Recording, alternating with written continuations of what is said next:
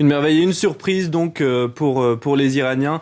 Ali Bani Sadr, bonjour, merci d'être venu sur ce plateau. On va en parler avec vous donc de cette élection surprise. Vous êtes le fils du premier président iranien, Abolhassan Bani Sadr, président au début des années 80.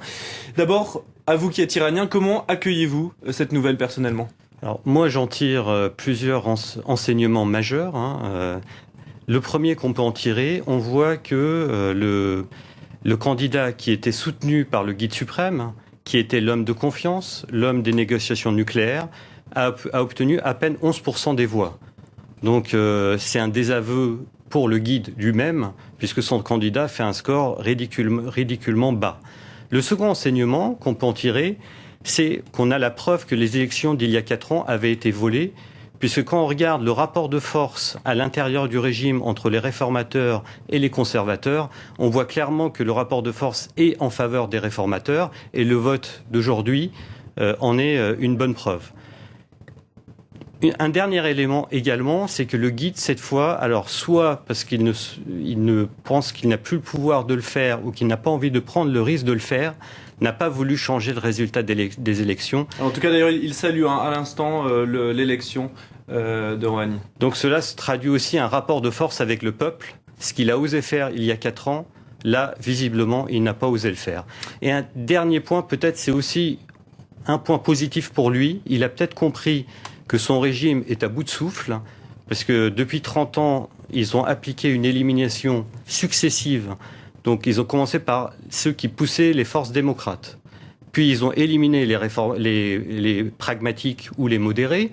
Puis ils ont éliminé les réformateurs, comme M. Karoubi ou Moussavi, qui sont en résidence surveillée. Lors de l'élection qui avait été candidat lors de l'élection de 2009. Tout à fait. Et lors de ces 2 dernières années, les débats étaient passés entre conservateurs, entre la tendance de M. Ahmadinejad et ceux qui étaient en faveur du guide.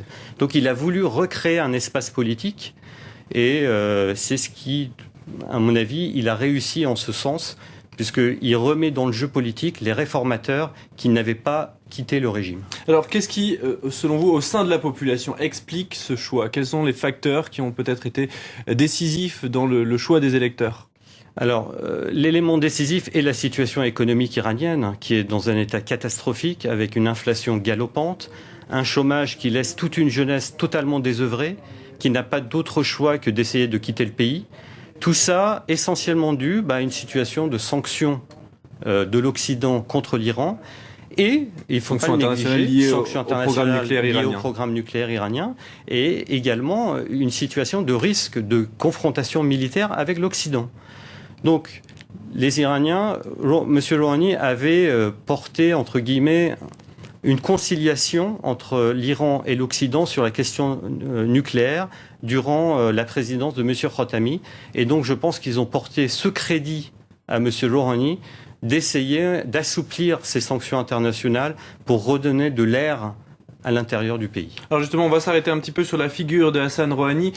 On le dit modéré, voire réformateur. Est-ce que le mot réformateur, forcément, dans l'Occident, on imagine un vrai changement de régime ? À quoi est-ce qu'il faut s'attendre, selon vous, de ce nouveau président iranien ? Alors, je pense qu'il faut rester quand même prudent, puisque Hassan Rouhani a été 16 ans membre du Conseil de défense.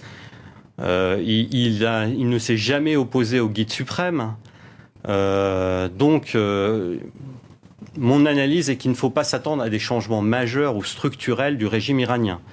D'autre part, c'est un apparatchik de ce régime. C'est pour ça qu'il a tout de même été adoubé par le pouvoir, d'ailleurs, qui avait écarté énormément de candidats lors de cette élection présidentielle. Absolument. Si le guide ne l'a pas écarté, c'est qu'il a estimé qu'il pourrait l'avoir sous contrôle. Parce que si vous vous souvenez bien, il a éliminé M. Mashahi et Rafsanjani. Pourquoi ? Parce qu'il a eu des craintes de ne pas pouvoir les contrôler. Par contre, M. Rouhani, il pense pouvoir le contrôler. Donc, c'est pour ça qu'il l'a autorisé à se présenter et donc à gagner ces élections. Alors justement, on a parfois du mal à comprendre qui tient vraiment les rênes du pouvoir en Iran. On l'a vu sous Mahmoud Ahmadinejad. Est-ce que c'était l'ayatollah ou le président lui-même qui décide en Iran de ce qui se passe vraiment ? Non, clairement, tous les sujets régaliens sont sous la tutelle du guide suprême. D'ailleurs, on parle beaucoup de réformes en Iran, mais la seule réelle réforme qu'a subi ce régime en 30 ans, c'est le guide qui avait un pouvoir consultatif qui maintenant a tous les pouvoirs. C'est pour ça qu'on l'appelle le guide suprême.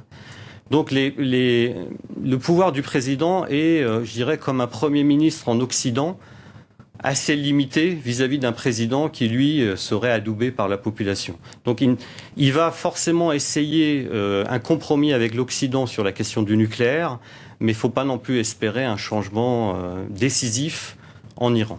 On verra en tout cas ce qui se passera dans les prochaines semaines. Merci beaucoup Ali Bani Sadr d'être venu en plateau pour réagir sur cette élection.